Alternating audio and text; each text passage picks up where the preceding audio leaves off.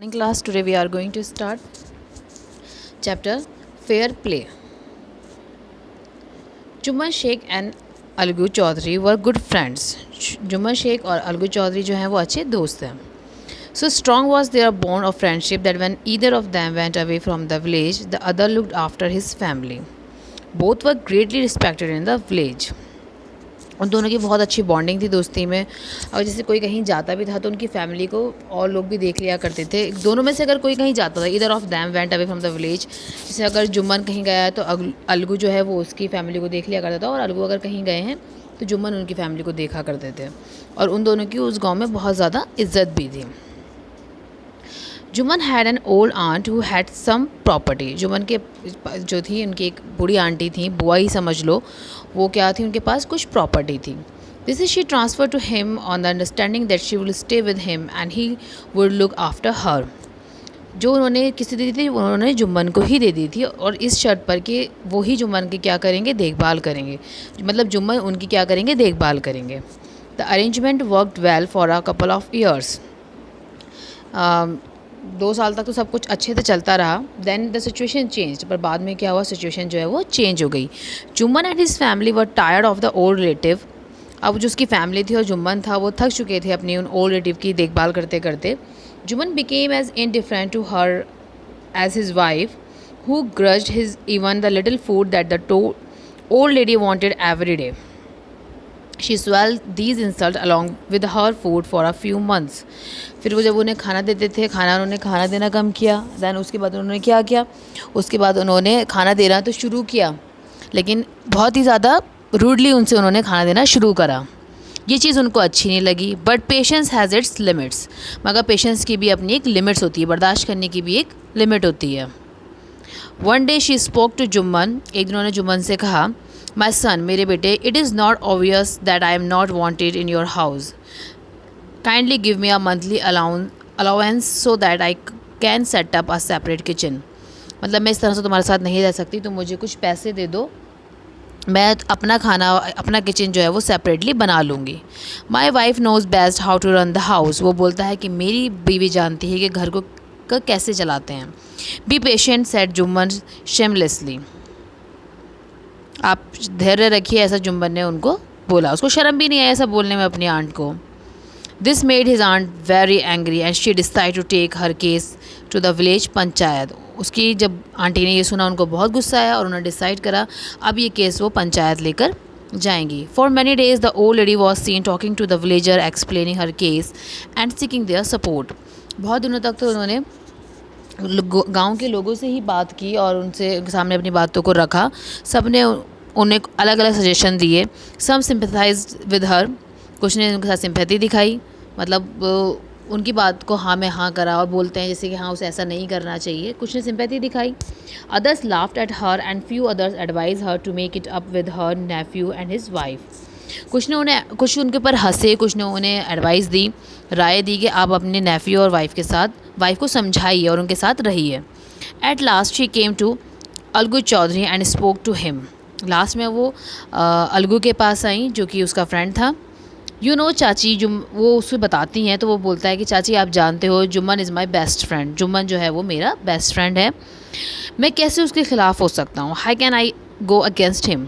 Algu said, but is it right my son to keep mum and not say what you consider just and fair. क्या तुम्हें जो सही लगता है तुम वो करो, बट क्या तुम्हें ये सही लग रहा है जो हो रहा है, क्या वो ठीक है. Pleaded the old lady. वो उसको ऐसा समझाती है, चुप रहें और हम सब कुछ सहते रहें, ये चीज़ गलत है. Come to the panchayat and speak the truth, she said. वो बोलती ठीक है तुम पंचायत आओ और पंचायत में आकर सच बोलो. Algu did not reply but her words kept ringing his years. जो अलगू है वो कुछ नहीं बोलता है उनकी बात पर, और उसके जो कान है, लेकिन उनके कान में उनकी आवाज़ गूंजती है. मतलब उनको ये कहीं ना कहीं अलगू को लगता है कि अलगू जो है वो गलत है. पार्ट सेकेंड हम डिस्कस करेंगे अब.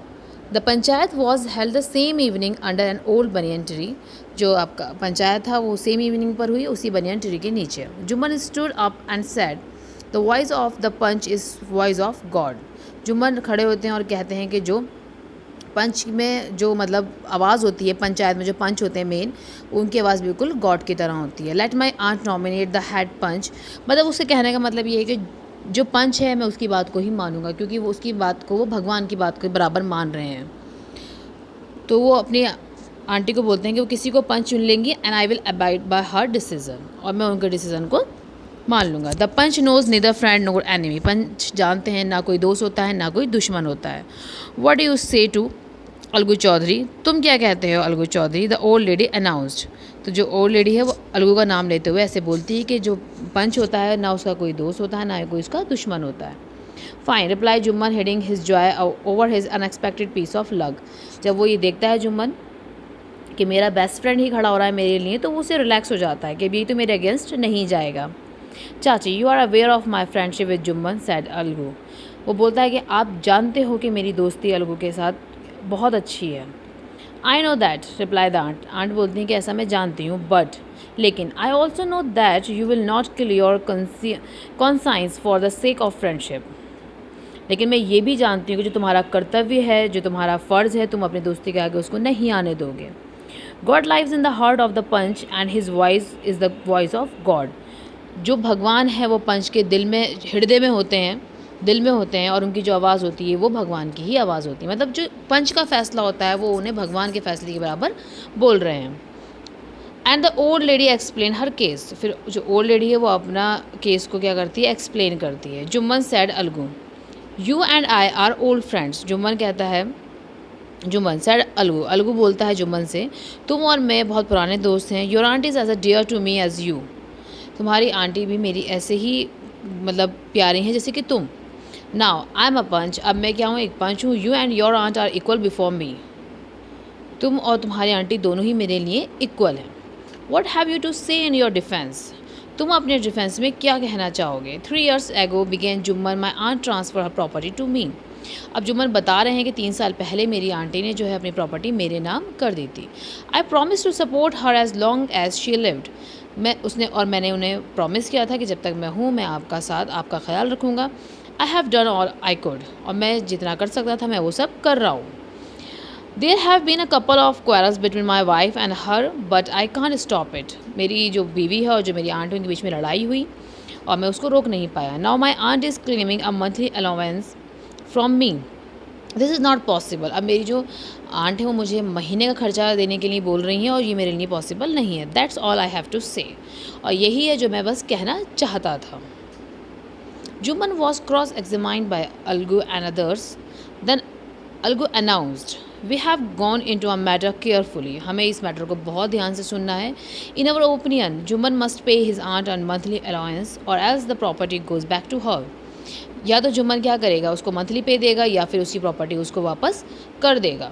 Now the two friends were seldom seen together, वो दोनों एक दूसरे को ऐसे देख रहे थे जैसे कि वो एक दूसरे को पसंद बिल्कुल नहीं करते। अब the bond of friendship between them was broken, और उनके बीच की जो दोस्ती थी वो अब टूट चुकी है। In fact Jumman was Algu's enemy and wanted his revenge, अब जुम्मन के लिए अलगू जो है वो उसका दुश्मन बन चुका था और वो उससे बदला लेना चाहता था, क्योंकि अलगू ने ये फैसला कर दिया था कि जुम्मन अपनी जो आंटी हैं उनको मंथली पैसे देंगे या फिर उनकी जो प्रॉपर्टी है उनको वापस कर देंगे। इस बात पर उन दोनों के बीच में लड़ाई हो गई और जो जुम्मन थे अब वो भी अलगू से बदला लेना चाहते थे, क्योंकि वो अब उसको अपना दुश्मन मानते थे। Part third, days passed and as ill luck would have it, अब जो दिन थे वो पास होते गए। Algu Chaudhary found himself in a tight spot, अब अलगू चौधरी जो है क्या है वो अपने आप को बहुत ऐसी सिचुएशन में पा लिया उन्होंने कि जहाँ पर वो कुछ नहीं कर सकते। और हुआ क्या था, one of his fine pair of bullocks die, उसकी जो बुलॉक बैल थी वो मर गई। And he sold the other two, उसमें 2 थी, उसमें से एक जो है वो मर गई और उसने दूसरी जो है वो समझू साहू को बेच दी, a car driver of the village, जो कि बैलगाड़ी चलाता था।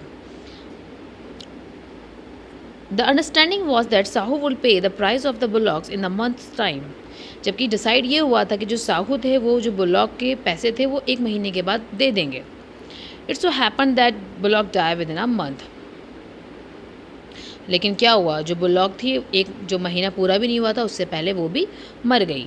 Several month after the bullocks death Algu reminded Sahu of the money he had not yet paid, अब जब वो मर गई सेवरल मंथ आफ्टर द, कुछ महीने बाद, जब उसकी डेथ के बाद अलगू ने बोला कि तुमने उसके पैसे मुझे नहीं दिए, Sahu got very annoyed, I can't pay you a penny for the rest beast as you sold me. अब उसे तो गुस्सा आ रहा था कि तुमने ऐसी बैल दी है जो मर गई और जिसे मेरी किसी काम का नहीं आया था, तो मैं तुम्हें उसके पैसे नहीं दूंगा। He brought us nothing but ruin, I have a bullock, use it for a month and then return it to me. No money for the dead bullock, he said angrily. वो बोलता है कि तुम मेरे लिए दूसरी बुलॉक ला कर दो, मैं तुम्हें उसके पैसे दे दूंगा, लेकिन जो मर गई है मैं उसके पैसे तुम्हें नहीं दूंगा। वो बहुत गुस्से में उससे बोलता है। Algu decided to refer the case to the panchayat. अब अलगू ने डिसाइड करा वो इस केस को कहाँ लेकर जाएंगे, पंचायत लेकर जाएंगे। For a second time in a few months preparation for holding the panchayat were made and both the parties started meeting people seeking their support. अब पंचायत में सब बैठे, स्टार्ट हुआ टॉपिक कि दिक्कत क्या है, अब वो स्टार्ट हो रही है। And again the panchayat was head under the old banyan tree. और पंचायत कहाँ हो रही है, ओल्ड बनियन ट्री के ही वहीं हो रही है। Algu stood up and said the voice of the panch is voice of God. Algu वही चीज़ बोलते हैं कि जो भगवान की वॉइस है वो हमारे पंच की आवाज़ है, मतलब जो फैसला पंच कर रहे हैं वो फैसला भगवान का किया हुआ फैसला है। Let Sahu nominate the head panch, I will abide by his decision. वो भी यही बोलते हैं कि साहू अपना कोई पंच चुन ले और उसका कहना मैं भी मान लूँगा। Sahu saw his chance and propose the name of Jumman. अब साहू क्या करते हैं, साहू जो है उनको एक चांस मिल जाता है। साहू क्या पूरा गांव जानता है कि जुम्मन और अलगू जो थे बहुत अच्छे दोस्त थे, बट अब उनके बीच में लड़ाई हो चुकी है। तो साहू ने सोचा क्यों ना मैं जुम्मन को ही इसका पंच बना दूँ। अब जुम्मन जो है वो खड़े हो गए। अलगूज हार्ट सैंक एंड टर्न पेल। अब अलगू का जो दिल बहुत ज़्यादा, मतलब उन्हें तो पता था कि ये मेरे अगेंस्ट में ही फैसला लेगा। But what could he do, अब देखो लेकिन उसने क्या किया। The moment Jumman became head panch he realize his responsibility as जज and the dignity of his office. वही वाली बात हो गई, जब हमें कोई पद मिलता है जिस पे हमारा फैसले से दूसरे की भावनाएं टिकी होती हैं, दूसरे की ज़िंदगी उस हमारे हाथों में होती है उस टाइम, तो हमारे अंदर एक रिस्पॉन्सिबिलिटी आ जाती है। जो हमें हमारा पैशन मिलता है, जो हमारा कर्तव्य होता है, हम उसके प्रति क्या हो जाते हैं, बहुत ज़्यादा, हम उसके प्रति बहुत ज़्यादा मतलब हम उसके साथ धोखा नहीं कर सकते, हम उसके अच्छे से उसको निभाने की कोशिश करते हैं। रिस्पॉन्सिबिलिटी, हम उसके प्रति बहुत ज़्यादा जिम्मेदारी आ जाती है। अब इसको जज का वो मिला जुम्मन को, तो जुम्मन को भी लगा कि उसको क्या करना चाहिए, उसको फैसला सही लेना चाहिए। Could he seated in that high place have his revenge now. अब वो क्या हुआ, अब वो बैठ गया हाई सीटेड पे। He thought and thought now he must not allow his personal feeling to come in the way of speaking the truth and doing justice. मगर जो उसकी पर्सनल फीलिंग्स थी, जो उसके उससे लड़ाई झगड़े थे, उसको ना ला के उसने चाहा कि वो सही से फैसला ले और सच ही बोले। Both Algu and Sahu studied their cases, they were cross examined and the case was considered deeply. दोनों ने अपनी अपनी बातों को रखा, अलगू ने भी और साहू ने भी, उस पर बहुत डीपली ध्यान दिया गया। Then Jumman stood up and announce, Jumman तभी खड़े हुए और जुम्मन ने बोला, it is our opinion that Sahu should pay Algu the price of the bullock. मुझे ऐसा लगता है, ये मेरे विचार हैं कि साहू को अलगू को क्या दे देना चाहिए, उसके पैसे दे देने चाहिए। When Sahu bought the bullock it suffered from no disability और डिसीज़। जब साहू उस बैल को अपने घर लाए थे तो तब उसमें कोई डिसीज़ नहीं थी, कोई बीमारी नहीं थी, कोई डिसेबिलिटी नहीं थी। The death of the bullock was unfortunate. तो ये जो बुलॉक की डेथ हुई है वो अनफॉर्चुनेट हो गई। बाय नेचर ये चीज़ें तो होती ही रहती हैं, but Algu can't be blame for it. लेकिन हम इसके लिए अलगू को ब्लेम नहीं कर सकते। Algu could not contain his feelings. Algu अपनी जो भावनाएं थी, अपनी जो फीलिंग्स थी, वो रोक नहीं पा रहे थे। He stood up and said loudly over and over again, victory to the panchayat.